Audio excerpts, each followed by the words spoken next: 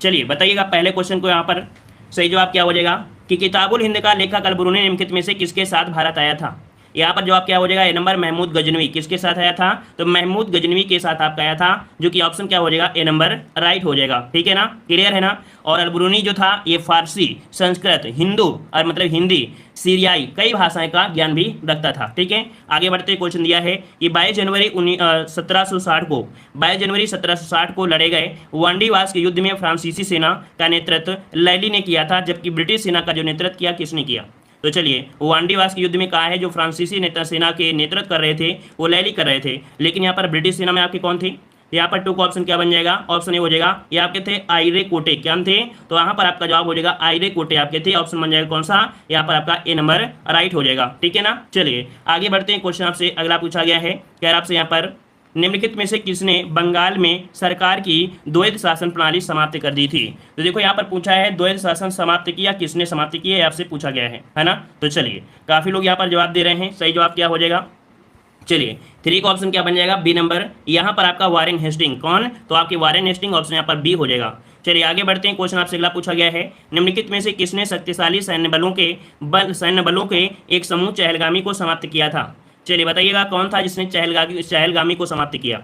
यहाँ पर बलबन था, कुतुबुद्दीन ऐबक या इल्तुतमिश, कौन, तो ऑप्शन आ रहा है ए नंबर आपकी बलबन। याद रखिएगा कि तुर्के चहलगामी अर्थात जो 40 तुर्क सरदारों का आपका गठबंधन था, है ना, तो यहाँ पर कह सकते हैं उसे समाप्त किया किसने, तो आपके बलबन ने। बनाया किसने था, तो आपके बनाया था इल्तुतमिश ने, इस संगठन का निर्माण किया था। ठीक है, चलिए आगे बढ़ते हैं। क्वेश्चन दिया गया है कि चीनी यात्री फायान किस गुप्त शासक के शासनकाल के दौरान भारत आया था। तो चलिए बताइएगा कौन आया था, चीनी यात्री फायान किस गुप्त शासक के शासनकाल के दौरान भारत आया था। यहाँ पर ऑप्शन क्या हो जाएगा, तो ऑप्शन आ रहा है सी नंबर आपके चंद्रगुप्त सेकंड। इसका जवाब हो जाएगा चंद्रगुप्त सेकंड, जवाब बिल्कुल से आपका राइट हो जाएगा। ठीक है ना, सेकंड आपका रहेगा। ठीक है, अगला क्वेश्चन आपसे दिया गया है, कह रहा है 19वीं शताब्दी के मध्य में कूका आंदोलन कहाँ से शुरू हुआ था। चलिए 19वीं शताब्दी के मध्य में कूका आंदोलन कहाँ से शुरू हुआ था। चलिए 6 का ऑप्शन क्या बन जाएगा, तो यहाँ पर याद रखिए पश्चिमी पंजाब से। कहाँ से, तो आपकी पश्चिमी पंजाब से शुरू हुआ था। और इस आंदोलन का जो नेता था भगत जवाहर मल, कौन, तो याद रखिए क्वेश्चन पूछा जाता है कि कूका आंदोलन का संबंध किसे है, तो भगत जवाहर मल से संबंधित है। ठीक है, अगला क्वेश्चन दिया है कि महात्मा गांधी ने सत्याग्रह सभा की जो स्थापना की थी वो आपकी कब की थी। चलिए 7 नंबर में यहाँ पर जवाब क्या बनेगा, तो महात्मा गांधी ने सत्याग्रह सभा की स्थापना की थी फरवरी 1919 में। कब, फरवरी 1919 में। ऑप्शन बन जाएगा यहाँ पर आपका कौन सा, सी नंबर राइट हो जाएगा। ठीक है ना, चलिए आगे बढ़ते हैं। क्वेश्चन आपसे अगला पूछा गया है, देखो जब रॉलेट आया था तो रॉलेट एक्ट के बाद ही तो किया था, तो ऑप्शन क्या हो जाएगा, आपका हो जाएगा सी नंबर। अगला क्वेश्चन आपसे दिया गया है, क्या आपसे यहाँ पर भारत में राजनीतिक सुधारों के लिए आंदोलन शुरू करने वाले पहले भारतीय नेता कौन थे। भारत में राजनीतिक सुधारों के लिए आंदोलन शुरू करने वाले भारतीय नेता इनमें से कौन थे। चलिए तो यहाँ पर आपका जवाब क्या हो जाएगा, यहाँ पर ऑप्शन बी हो जाएगा राजा राम मोहन राय। कौन, राजा राम मोहन राय, ऑप्शन बन जाएगा आपका बी नंबर। अगला क्वेश्चन दिया गया है कि वर्ष 1917 का सत्याग्रह महात्मा गांधी का पहला सत्याग्रह था और भारतीय स्वतंत्रता आंदोलन में एक बड़ा विद्रोह था। तो ये पूछा गया है कि 1917 में जो आंदोलन हुआ था ये कौन सा आपका आंदोलन था, नाम क्या पूछा गया है। तो चलिए यहाँ पर जवाब क्या बन जाएगा, चंपारण, है ना, यही महात्मा गांधी का पहला सत्याग्रह था। ऑप्शन यहाँ पर हो जाएगा डी नंबर। अगला दिया गया है महात्मा गांधी ने अर्थव्यवस्था की वकालत की थी। मतलब महात्मा गांधी ने कैसी अर्थव्यवस्था की वकालत की। हमने एक मॉडल पेपर में आपको गद्यांश पढ़ाया था और गद्यांश में हमने कहा भी था पिछले लेक्चर में कि इस गद्यांश में जो आपको दिया है यही वास्तविकता है कि आपकी विकेंद्रीय सत्ता चाहती थी, है ना। तो महात्मा गांधी ने विकेंद्रीकृत अर्थव्यवस्था की वकालत की थी। ऑप्शन क्या हो जाएगा, सी नंबर इसका राइट बन जाएगा। आगे बढ़ते हैं। क्वेश्चन आपसे दिया गया है कि निम्नलिखित में से कौन सा देश भारतीय राज्य उत्तर प्रदेश से सीमा साझा करता है। उत्तर प्रदेश से सीमा साझा करता है इनमें से कौन है, चीन, भूटान, नेपाल या बांग्लादेश। जवाब क्या बनेगा, चलिए ऑप्शन आ रहा है यहाँ पर आपका नेपाल। तो जवाब बिल्कुल सही है, नेपाल सीमा साझा करता है उत्तर प्रदेश की सीमा से। ठीक है ना, उत्तर प्रदेश के 7 जिले हैं जो आपके नेपाल के साथ आके जुड़े हुए हैं। अगला क्वेश्चन दिया गया है सौरमंडल का सबसे बड़ा ग्रह इनमें से कौन सा हो जाएगा। सौरमंडल का सबसे बड़ा ग्रह इनमें से कौन सा है। तो सबसे पहले बृहस्पति, फिर शनि, अरुण, वरुण, पृथ्वी, शुक्र, मंगल और आपका बुध। तो सबसे बड़ा कौन सा हो गया, बृहस्पति है। और सबसे छोटा कौन सा हो जाएगा, तो यहाँ पर आपका बुध हो जाएगा। नेक्स्ट क्वेश्चन दिया गया है कि क्षेत्रफल की दृष्टि से भारत का सबसे छोटा राज्य इनमें से कौन सा है। सबसे छोटा राज्य कौन सा हो जाएगा, तो यहाँ पर आपका गोवा, जो कि ऑप्शन क्या हो जाएगा, ए नंबर राइट हो जाएगा। और जनसंख्या के हिसाब से देखा जाए तो चौथा सबसे छोटा राज्य है ना, क्लियर है आपका। और गोवा पहले पुर्तगालियों का उपनिवेश हुआ करता था, है ना, ऑप्शन ए हो जाएगा। नेक्स्ट क्वेश्चन दिया है कि भारत का सबसे बड़ा चावल उत्पादक राज्य इनमें से कौन सा है। मतलब भारत में जो चावल होता है वो आपके कहाँ पर होता है। चलिए यहाँ पर सही जवाब क्या बन जाएगा, तो चलिए यहाँ पर जवाब आ गया है 14 नंबर में। ऑप्शन बनेगा कौन सा, यहाँ पर ए नंबर पश्चिम बंगाल। कौन सा है, पश्चिम बंगाल हो जाएगा। ऑप्शन आपका ए नंबर राइट हो जाएगा। अगला दिया है कौन सी रेखा भारत से होकर गुजरती है, कौन सी रेखा भारत से गुजरती है, यहाँ पर जवाब देना है। तो चलिए यहाँ पर कौन सा हो जाएगा, तो आपकी मकर रेखा या कर्क रेखा, कौन सी, यहाँ पर आपके आ रही है कर्क रेखा, कह रहे हैं कर्क रेखा होगी। तो जवाब यहाँ पर क्या हो सकता है, कर्क रेखा, बिल्कुल सही है। कर्क रेखा भारत के 8 राज्यों से होकर गुजरती है। इनमें से राजस्थान है ना, कौन, राजस्थान, गुजरात, मध्य प्रदेश, छत्तीसगढ़, झारखंड, पश्चिम बंगाल, त्रिपुरा और मिजोरम इसमें से आपके शामिल हैं। अगला क्वेश्चन आपसे यहाँ पर दिया गया है कि जब यक्स वस्तु के एवजी की कीमत कम होती है तो एक्स की मांग जो होती है क्या होती है। भाई ये बताइए, जब कीमत क्या होती है, कम हो जाती है कोई वस्तु, मान लीजिए मार्केट में अगर कोई कीमत अगर कम हो जाती है तो उसकी मांग क्या होती है, आप लूट लेते हैं, क्या उसे लूट लेते हैं, घर में एक की जगह 2 ले आते हैं, 2 की जगह 3 ले आते हैं, 3 की जगह 4 ले आते हैं, है ना। तो भाई जब वास्तविक है कि आपकी वस्तु की कीमत क्या हो जाएगी, कम हो जाएगी, तो आप ज़्यादा से ज़्यादा खरीदेंगे, है ना। तो आपका जवाब क्या हो जाएगा, उसकी मांग बढ़ जाती है। तो ऑप्शन क्या हो जाएगा, ए नंबर राइट हो जाएगा। अगला क्वेश्चन आपसे दिया है इस्पाहन एक प्रकार का है। यहाँ पर देखो दिया गया है इस्पाहन, है ना, ये है क्या, एक प्रकार की एक पद्धति है। और कैसी पद्धति है, ये मुद्रा लेन देन कर है। क्या है, ये मुद्रा लेन देन आपका कर है। ऑप्शन क्या बनेगा, यहाँ पर आपका बी नंबर राइट हो जाएगा। ठीक है ना। जो पहली बार जुड़े हैं चैनल को सब्सक्राइब कर लीजिएगा, और जो लोग अभी तक वीडियो को लाइक नहीं किए हैं तो भाई वीडियो लाइक शेयर भी कर दीजिएगा। ठीक है, अगर आवाज आ रही है तो वीडियो लाइक शेयर भी कर दीजिए। चलिए, कह रहा है उत्पादन के 3 स्तंभ कौन से हैं, ये बताइए। उत्पादन के 3 स्तंभ आपके कौन माने गए हैं, कौन कौन होते हैं। तो ये देखिए, सबसे पहले आपकी भूमि होगी, फिर आपके यहाँ पर श्रम होगा, फिर क्या होगा, पूंजी। तो सबसे पहले भूमि, फिर श्रम, फिर क्या, पूंजी। तो ऑप्शन बनेगा आपका डी नंबर राइट हो जाएगा। अगला है अवमूल्यन का अर्थ क्या होता है। अवमूल्यन मतलब क्या होता है, पढ़ा भी होगा आपने। तो देखिएगा, कह रहा है कि अन्य देशों की मुद्रा की तुलना में घरेलू मुद्रा का मान क्या ना, जब मुद्रा का मूल्य गिर रहा हो अपने देश का, है ना, या किसी भी देश का, तो अवमूल्यन करना पड़ता है। अगला दिया है निम्नलिखित में से एक गैर योजना व्यय का सबसे महत्वपूर्ण मत कौन सा है। गैर योजना व्यय का सबसे महत्वपूर्ण मत इनमें से कौन हो जाएगा, 20 नंबर में। तो यहाँ पर देखिए ब्याज का जो भुगतान होता है, क्या यहाँ पर 20 नंबर में आपका जवाब बनेगा ए नंबर, ब्याज का भुगतान। कुल मिला के कि सरकार के द्वारा विभिन्न योजनाओं के अंतर्गत किया जाने वाला जो व्यय होता है, व्यय आपका कहता है, अर्थात व्यय कहलाता है। ठीक है ना। आगे बढ़ते हैं, क्वेश्चन आपसे अगला पूछा गया है, कह रहा है भारत में नियंत्रक एवं महालेखा परीक्षा का पद नियुक्ति का जो कार्यकाल होता है कितना होता है। ये बताइए, जो आपका कैग होता है, हम लोग क्या जानते हैं, इसे हम लोग कैग के नाम से जानते हैं, कैग के नाम से। तो ये बताइए, जो कैग का कार्यकाल होता है कितने साल का होता है। यहाँ पर जवाब क्या बनेगा, तो चलिए यहाँ पर जवाब आ रहा है ऑप्शन राइट आपका, यहाँ पर 65 वर्ष, बिल्कुल सही है। 6 वर्ष यह क्या होता है, 65 वर्ष होता है। तो ऑप्शन कौन सा हो जाएगा, सी नंबर आपका राइट हो जाएगा। अगला क्वेश्चन आपसे दिया गया है कि केंद्रीय मंत्रिपरिषद सम्मिलित रूप से किसके प्रति उत्तरदायी होती है। केंद्रीय मंत्रिपरिषद, है ना, किसके प्रति होती है। तो आपका जवाब क्या हो जाएगा 22 में, ऑप्शन सी, यहाँ पर लोकसभा के प्रति, किसके प्रति, लोकसभा के प्रति होती है। ऑप्शन आपका सी नंबर राइट हो जाएगा। और अगला क्वेश्चन दिया गया है कि भारत सरकार के वित्तीय खातों से जुड़े भारत के नियंत्रक एवं महालेखा परीक्षा का प्रतिवेदन किसे प्रस्तुत किया जाता है। चलिए बताइए, वित्तीय खाते से जुड़े जो भी आपके होते हैं, भारत के नियंत्रक एवं महालेखा परीक्षा का जो प्रतिवेदन होता है प्रस्तुत किसके किए जाते हैं।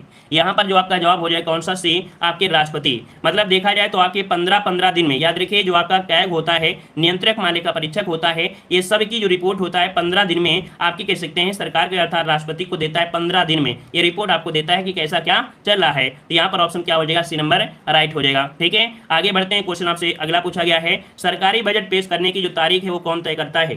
सरकारी बजट पेश करने की जो तारीख होती है वो कौन तय करता है। चलिए यहाँ पर जवाब सही कौन सा बन जाएगा, तो चलिए यहाँ पर जवाब आ रहा है ऑप्शन राइट।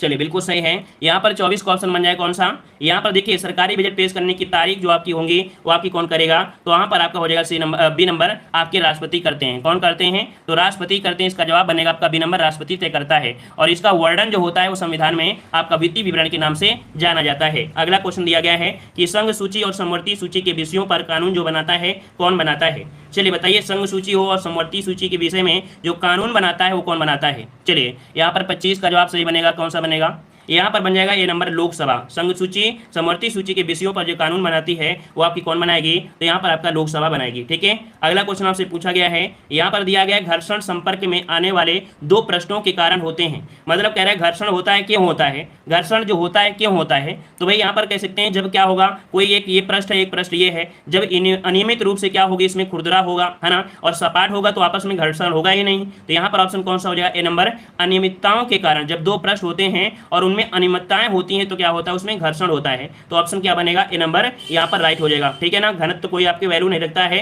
ना। मान लो अगर 100 किलो का आपका यहाँ पर है और 100 किलो का यहाँ पर है, चिकना पूरा है, तो इसमें क्या घर्षण होगा, नहीं होगा ना। लेकिन अगर इनमें से इनके जो पृष्ठ हैं अगर उनमें से क्या हो गया, खुरदुरा है ना, तभी तो घर्षण आपका होगा। चलिए अगला क्वेश्चन दिया गया है कि गैसोलीन किस पदार्थ का दूसरा नाम है। गैसोलीन किसे कहा जाता है, तो गैसोलीन किसे कहते हैं, आपके पेट्रोल को। याद रखिए पेट्रोल को हम लोग गैसोलीन भी कहते हैं। अगला दिया है जंग से बचने के लिए या बचाव के लिए लोहे पर जस्ते की लेपन प्रक्रिया को क्या कहते हैं। जंग से बचाव के लिए लोहे पर जस्ते की लेपन प्रक्रिया को क्या कहते हैं। यहाँ पर ऑप्शन क्या बनेगा, डी, यस्दीकरण कहा जाता है। क्या, इसे यस्दीकरण कहते हैं। 28 का ऑप्शन जो बनेगा वो आपका बन जाएगा कौन सा, डी नंबर आपका राइट हो जाएगा। यस्दी मतलब होता है गैल्वेनाइजेशन। क्या होते हैं, इसको बोलते हैं गैल्वेनाइजेशन। हम लोग अंग्रेजी में ज्यादा पढ़े हैं इस वाले क्वेश्चन को, है ना। जब लोहे में अर्ध होती है, वायु होती है, तो उसमें क्या जंग लगी जाती है। तो यहाँ पर ऑप्शन हो जाएगा डी नंबर। अगला क्वेश्चन आपसे दिया गया है, वह मीटर जो वाहन द्वारा तय की गई दूरी को मापता है उसे क्या कहते हैं। वह मीटर जो वाहन द्वारा तय की गई जो आपकी दूरी होती है उसे क्या कहते हैं। यहाँ पर जवाब क्या बनेगा, तो 29 का ऑप्शन बन जाएगा यहाँ पर बी नंबर। इसे बोलते हैं पथ मापी। क्या बोलते हैं, पथ मापी बोलते हैं। यहाँ पर क्या जवाब बनेगा, बी नंबर आपका जवाब राइट हो जाएगा, पथ मापी इसे बोलते हैं। ठीक है ना, क्लियर है ना। चलिए आगे बढ़ते हैं, क्वेश्चन आपसे अगला पूछा गया है।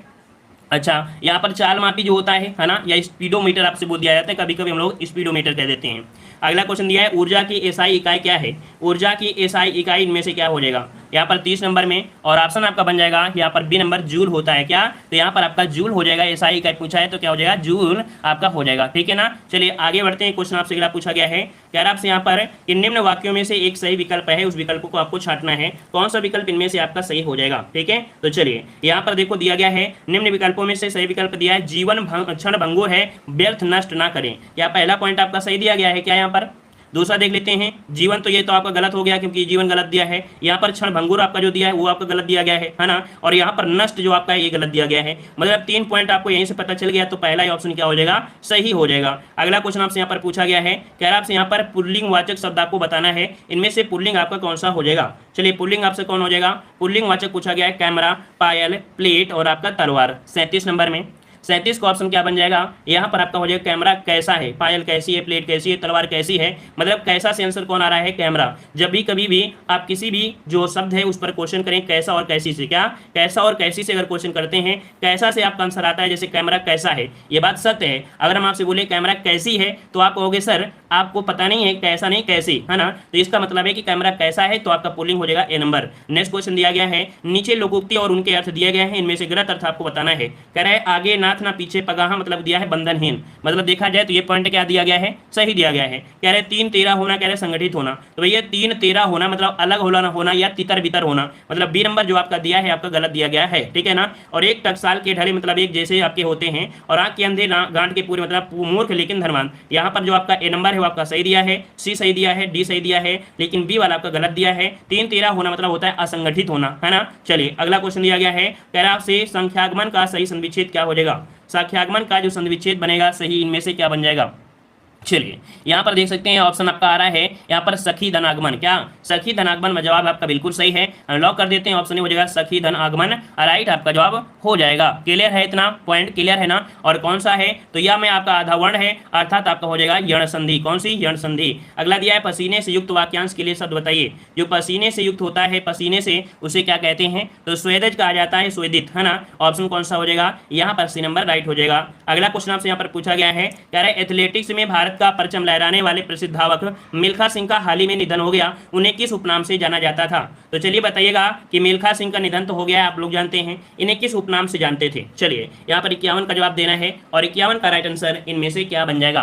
तो चलिए इसका राइट आंसर आपका हो जाएगा फ्लाइंग सिख के नाम से। किस नाम से, तो फ्लाइंग सिख के नाम से इन्हें जानते थे। यहाँ पर जवाब जो बनेगा कौन सा हो जाएगा, यहाँ पर आपका ए नंबर राइट हो जाएगा। अगला क्वेश्चन आपसे यहाँ पर पूछा गया है, कह रहा आपसे यहाँ पर भारतीय मूल के किस पत्रकार ने मुस्लिम ईदगरों और अन्य अल्पसंख्यक जातियों के लिए चीन के सामूहिक हिरासत शिविरों को उजागर कर प्रित्जर पुरस्कार जीता है। तो देखिएगा इन्होंने क्या किया है, जो आपके कह सकते हैं मुस्लिम उजागर हैं या अन्य अल्पसंख्यक जाति के लोग हैं ना, उनके लिए चीन के जो सामूहिक हिरासत शिविर थे उनको उजागर किया है, और उसके लिए प्रित्जर पुरस्कार इन्होंने जीत लिया है। नाम क्या है इनका, तो नाम हो जाएगा ऑप्शन सी, ये है मेधा राजगोपालन। कौन है, मेधा राजगोपालन। 52 का ऑप्शन बनेगा सी नंबर। अगला क्वेश्चन आपसे यहाँ पर पूछा गया है, कह रहा आपसे यहाँ पर विश्व खाद्य सुरक्षा दिवस 2021 की थीम क्या है। विश्व खाद्य सुरक्षा दिवस 2021 की थीम पूछा गया है। तो 53 का ऑप्शन बन जाएगा यहाँ पर आपका ये नंबर, स्वस्थ कल के लिए आज का सुरक्षित भोजन। क्या, तो यहाँ पर आपका हो जाएगा कौन सा, ये नंबर, स्वस्थ कल के लिए आज का सुरक्षित भोजन। जवाब क्या हो जाएगा, ये नंबर आपका राइट हो जाएगा। ठीक है, अगला क्वेश्चन आपसे पूछा गया है, अंतर्राष्ट्रीय बुकर पुरस्कार 2021 किसने जीता है? अंतर्राष्ट्रीय बुकर पुरस्कार 2021 किसने जीता है? तो चलिएगा यहाँ पर आपका जवाब हो जाएगा 54 नंबर में, यहाँ पर बी नंबर, डेविड डिओपो, है ना, डेविड डिओप है। इन्होंने, ये जो आपके फ्रांसीसी लेखक हैं, कैसे हैं, फ्रांसीसी लेखक हैं, और इस पुरस्कार को जीतने वाले ये पहले फ्रांसीसी व्यक्ति हैं, है ना। क्या है, ये पुरस्कार जो जीता है ये पहले फ्रांसीसी व्यक्ति हैं जो इन्होंने ये पुरस्कार जीता है। इन्होंने एक पुस्तक लिखी थी, at night all blood is black. ठीक है, इसके लिए इन्हें ये दिया गया है। ठीक है, आगे बढ़ते हैं, क्वेश्चन आपसे अगला पूछा गया है, कौन सी महिला खिलाड़ी अंतर्राष्ट्रीय मैच की दोनों पारियों में अर्धशतक बनाने वाली भारतीय एवं विश्व की चौथी बल्लेबाज बन गई हैं? तो बताइएगा कि इन्होंने दोनों पारियों में, है ना, अंतर्राष्ट्रीय टेस्ट मैच की दोनों पारियों में अर्धशतक बनाने वाली पहली भारतीय और विश्व की ये चौथी बन चुकी हैं। यहाँ पर जवाब क्या हो जाए, माइक्रोसॉफ्ट कंपनी ने भारतीय मूल के किस अमेरिकी नागरिक को अपना नया चेयरमैन अर्थात CEO नियुक्त किया है?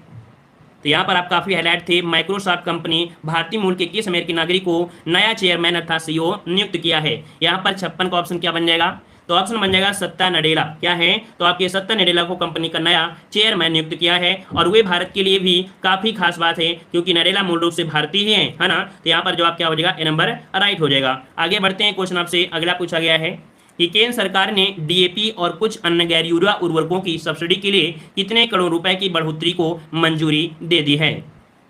मतलब यहाँ पर जैसे गैर यूरिया है या उर्वरक है ना, इनकी सब्सिडी के लिए कितने करोड़ रुपए की बढ़ोतरी को मंजूरी दे दिया है? तो यहाँ पर आपका जवाब बनेगा 57 नंबर में, ऑप्शन बनेगा सी, लगभग 14,775। कितना, 14,775 आपका जवाब राइट हो जाएगा। आगे बढ़ते हैं, क्वेश्चन आपसे अगला दिया गया है, यार आपसे यहाँ पर विश्व दाता सूचकांक 2021 रिपोर्ट के अनुसार सर्वाधिक परोपकारी देशों में भारत का कौन सा स्थान है? वर्ल्ड गिविंग इंडेक्स 2021 मतलब विश्व दाता सूचकांक 2021, इनमें सर्वाधिक परोपकारी जो देश है उसमें से भारत का स्थान जो है वो आपका कौन सा हो जाएगा? तो आपका जवाब यहाँ पर 58 नंबर में बनेगा, यहाँ पर आपका डी 14वां स्थान इनको प्राप्त हुआ है। कितना, 14वां स्थान प्राप्त हुआ है, और इनमें से जो शामिल किए गए थे तो 114 देशों को यहाँ पर शामिल किया गया था। ठीक है ना, 114 देशों में शामिल किया गया था। इंडोनेशिया जो आपका है, इंडोनेशिया वो सर्वप्रथम हुआ है, अर्थात कह सकते हैं दानशील देश होने का श्रेय किसको मिला है? तो आपकी इंडोनेशिया को। ये भी पॉइंट याद रखिए कि इंडोनेशिया को पहला स्थान मिला है जो कि दानशीलता के लिए है, जो कि आप काफी अच्छा आपका है यहाँ पर रिपोर्ट है। अगला क्वेश्चन आपसे दिया गया है कि रामानंद सागर द्वारा निर्मित टीवी सीरियल रामायण में सुमंत का किरदार निभाने वाले किस दिग्गज अभिनेता का हाल ही में निधन हो गया है? तो आप बताइएगा कि जो आपके कौन थे? तो यहाँ पर सुमंत है ना, सुमंत का किरदार निभाने वाले कौन दिग्गज अभिनेता थे? यहाँ पर जवाब देना है, तो यहाँ पर मशहूर किरदार निभाने वाले थे आपके कौन? चंद्रशेखर वैद्य। यहाँ पर ऑप्शन सी हो जाएगा, चंद्रशेखर वैद्य। ठीक है ना, इनका निधन हो गया है। ये आपके 97 वर्ष के थे और मुंबई में अपने ही घर पर 16 जून के इनको आखिरी सांस हुई है। तो यहाँ पर ऑप्शन सी हो जाएगा। अब भी आपको याद रखना है, सुमंत कुमार जो रामायण में थे वो आपकी चंद्रशेखर वैद्य थे। ठीक है, अगला क्वेश्चन आपसे यहाँ पर दिया गया है, नीति आयोग के सतत विकास लक्ष्य के लैंगिक समानता के मामले में कौन से राज्य ने भारत में प्रथम स्थान प्राप्त किया है? तो बताइएगा, SDG अर्थात नीति आयोग के सतत विकास लक्ष्य के लैंगिक समानता के मामले में कौन से राज्य ने भारत में प्रथम स्थान प्राप्त किया है? यहाँ पर आपका जवाब जो बनेगा वो सही क्या हो जाएगा? तो 60 का ऑप्शन बन जाएगा सी, ये है आपका छत्तीसगढ़। मतलब छत्तीसगढ़ को भारत में सबसे शानदार प्रदर्शन करने वाला राज्य घोषित किया गया है। और नीति आयोग की आपकी कह सकते हैं सूचकांक में, है ना, कह सकते हैं कई घोषणाएं आपकी की गई थी 2020-21 में, ये आपका प्रथम स्थान है छत्तीसगढ़। अगला क्वेश्चन आपको दिया गया है जो कि आपकी स्टैटिक जी के अर्थात सामान्य ज्ञान से रिलेटेड है। कह रहा आपसे यहाँ पर माई कंट्री माई लाइफ पुस्तक के लेखक कौन है?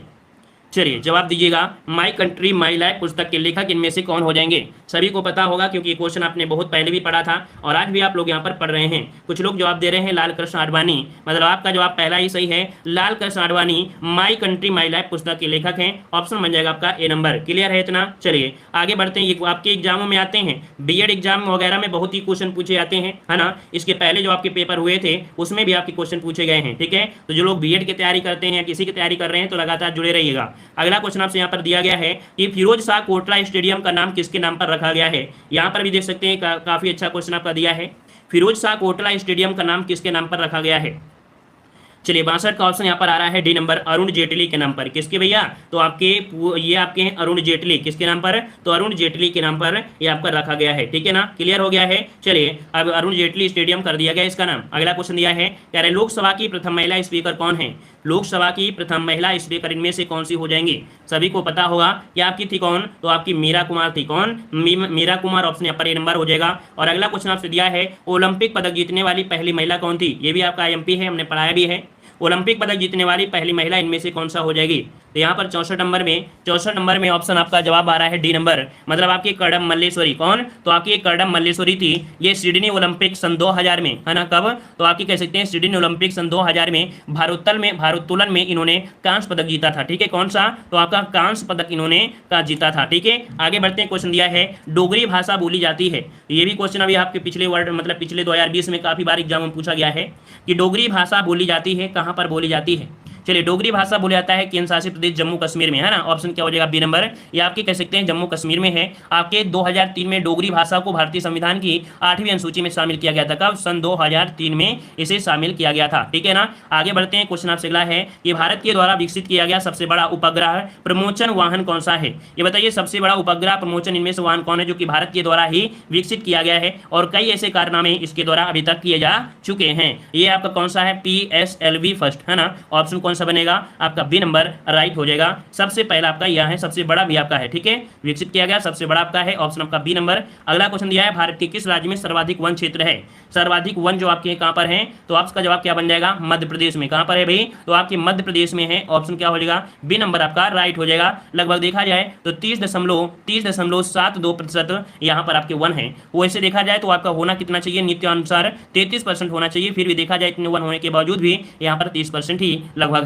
अगला क्वेश्चन दिया गया है कि राष्ट्रीय शिक्षा नीति 2020 के अनुसार वर्तमान 10+2 प्रणाली प्रस्थापित होगी, अर्थात जो आपकी नई शिक्षा नीति 2020 है इसके अनुसार जो प्रणाली लागू होने वाली है वो किस प्रकार से आपकी लागू होगी? तो देखो, सबसे पहले क्या होगा? 5, ये क्या होगा? यहाँ पर 3 प्लस फिर 3 प्लस 4, ये प्रणाली आपकी लागू होने वाली है। मतलब ऑप्शन कौन सा हो जाएगा? यहाँ पर आपका बनेगा 68 नंबर में आपका जवाब सी नंबर राइट हो जाएगा। और यह जो प्रस्ताव है, ये शैक्षणिक कह सकते हैं संरचना का प्रस्ताव आपका किया गया है ना। तो ऑप्शन क्या बनेगा? ये। एक क्वेश्चन यहाँ से ये भी बन सकता है, किसकी समिति में किया गया था? तो आपकी कस्तूरी रंगन की अध्यक्षता वाली समिति है। किसकी?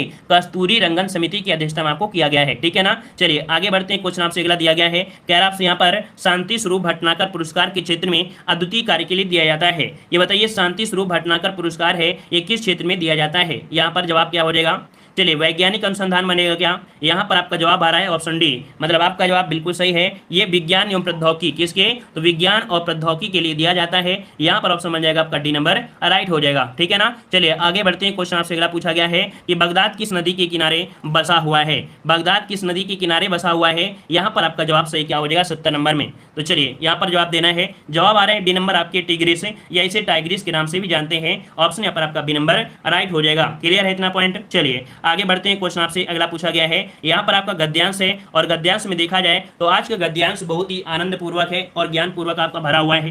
तो देखो, क्वेश्चन दिया गया है कि काशी संस्कृत की पाठशाला है ना, काशी संस्कृत की पाठशाला है, शास्त्रों में आनंद कानन के नाम से प्रतिष्ठित काशी में, देखो शास्त्रों में आनंद कानन के नाम से प्रतिष्ठित काशी में कलाधर हनुमान व नृत्य विश्वनाथ हैं। काशी में बिस्मिल्लाह खां, काशी में हजारों सालों का इतिहास है। इसमें पंडित कंठे महाराज, विषधारी देवी, बड़े रामदास जी हैं। मुजुद्दीन खां व इन ऋषियों से उपगत होने वाला अपार जनसमूह है। काशी में संगीत संयोजन एक प्राचीन अद्भुत परंपरा है।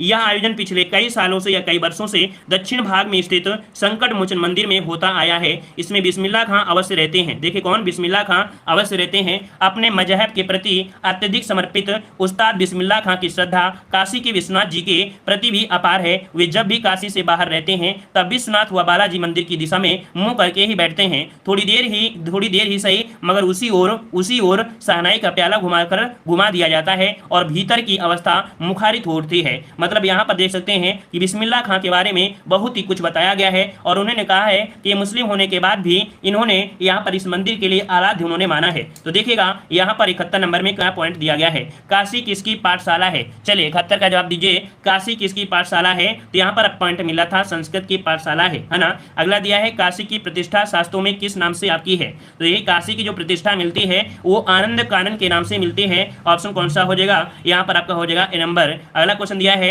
संकट मोचन मंदिर काशी में कहाँ स्थित है।